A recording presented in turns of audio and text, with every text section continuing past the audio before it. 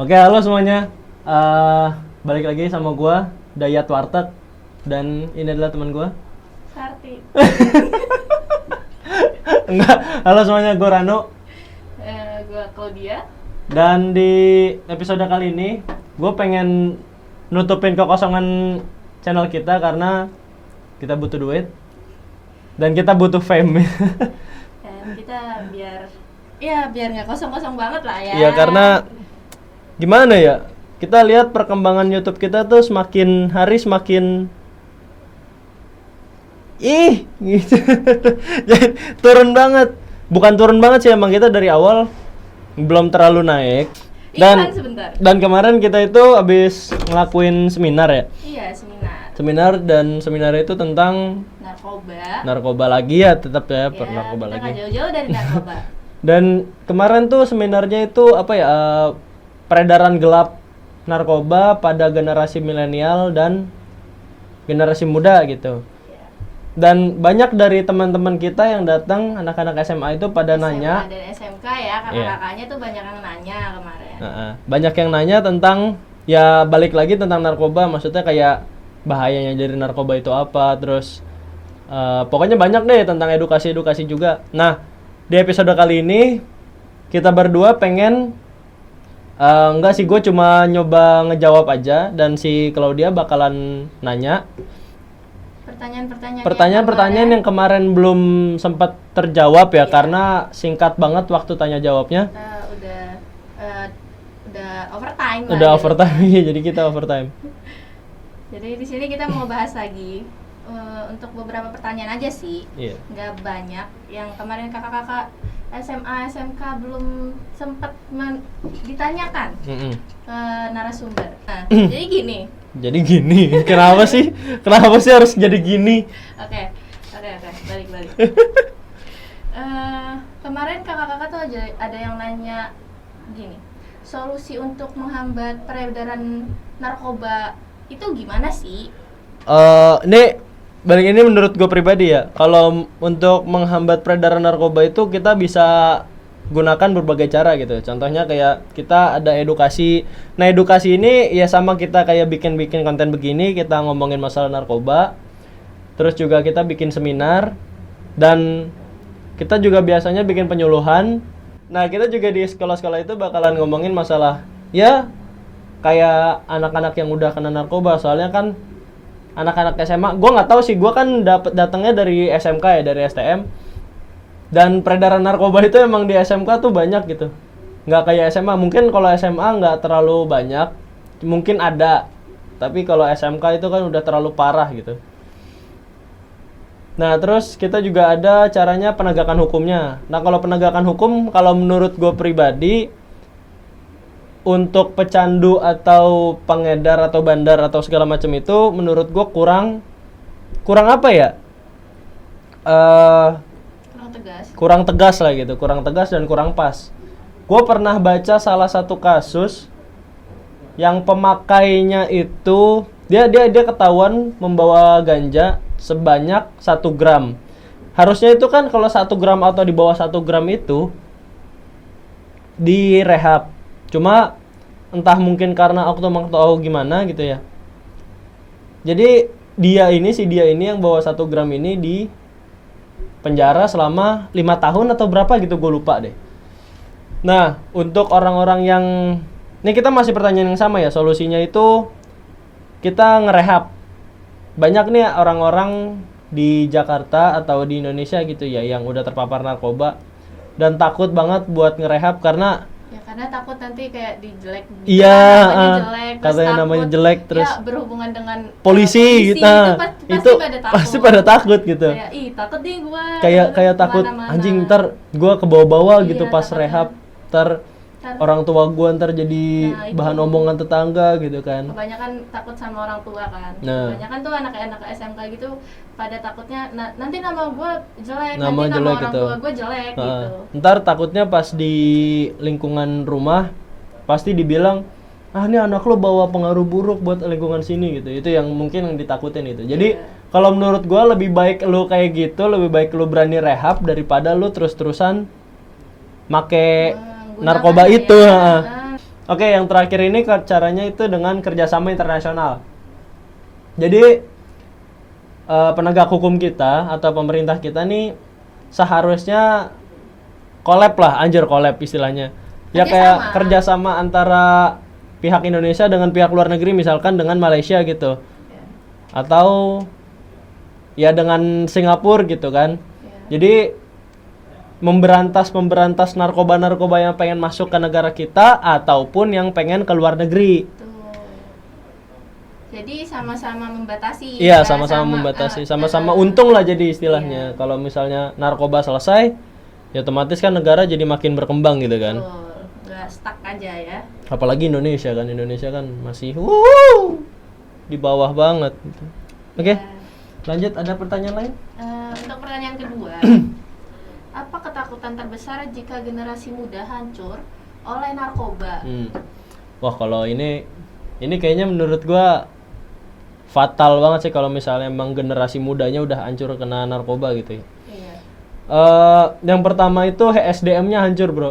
SDM itu sumber daya manusia. Jadi di Indonesia ini kita lagi butuh banget namanya anak-anak muda gitu untuk menjadi Membangun apa ya, Indonesia, generasi penerus lah, generasi penerus. Dan ya kalau misalnya generasi mudanya udah hancur ya otomatis SDM kita hancur, terus ekonomi juga kita mengalami keruntuhan ekonomi, hilangnya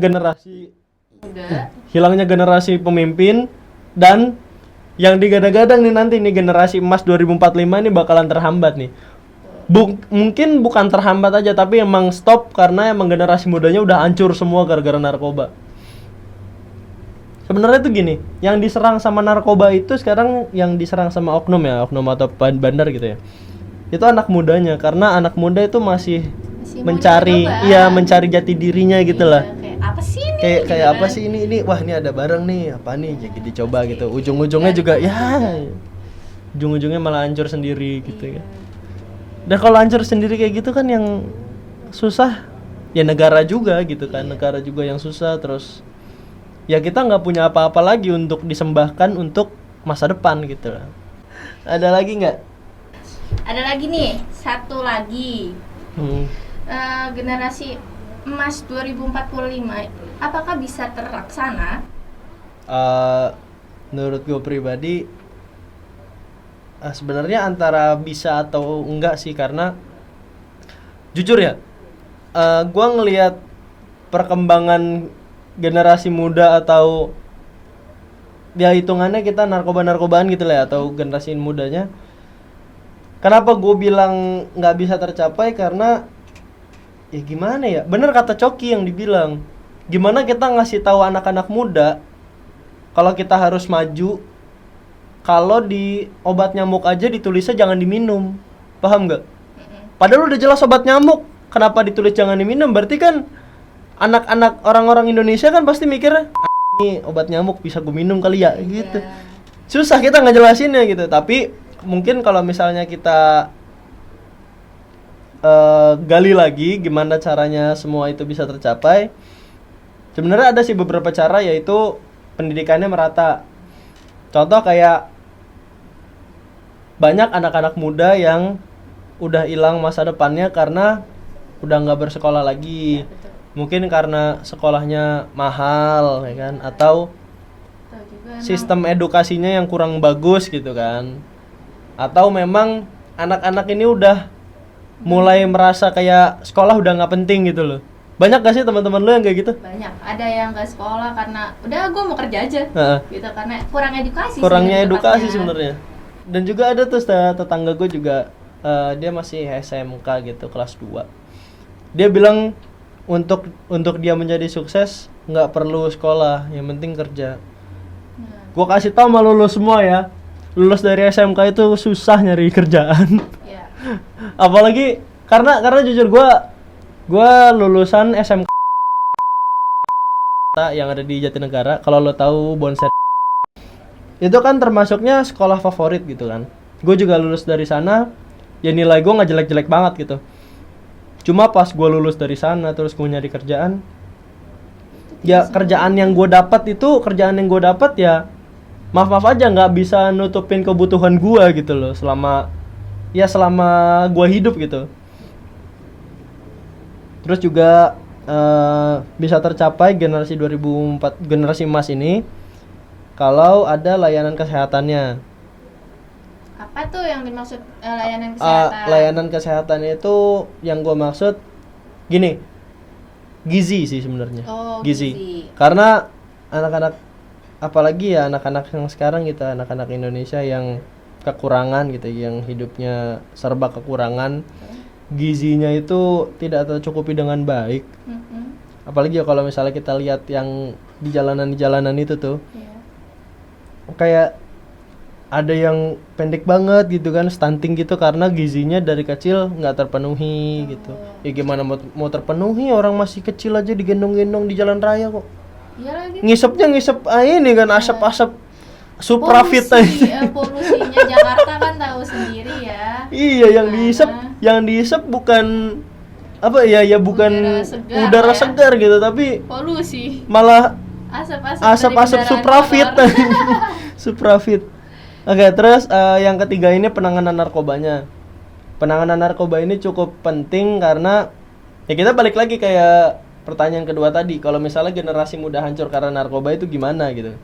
Ya pasti kan ya generasi emas 2045 ini terhambat. Ya sama juga kalau penanganan narkoba ini harusnya kita lebih lebih kita suarakan lagi.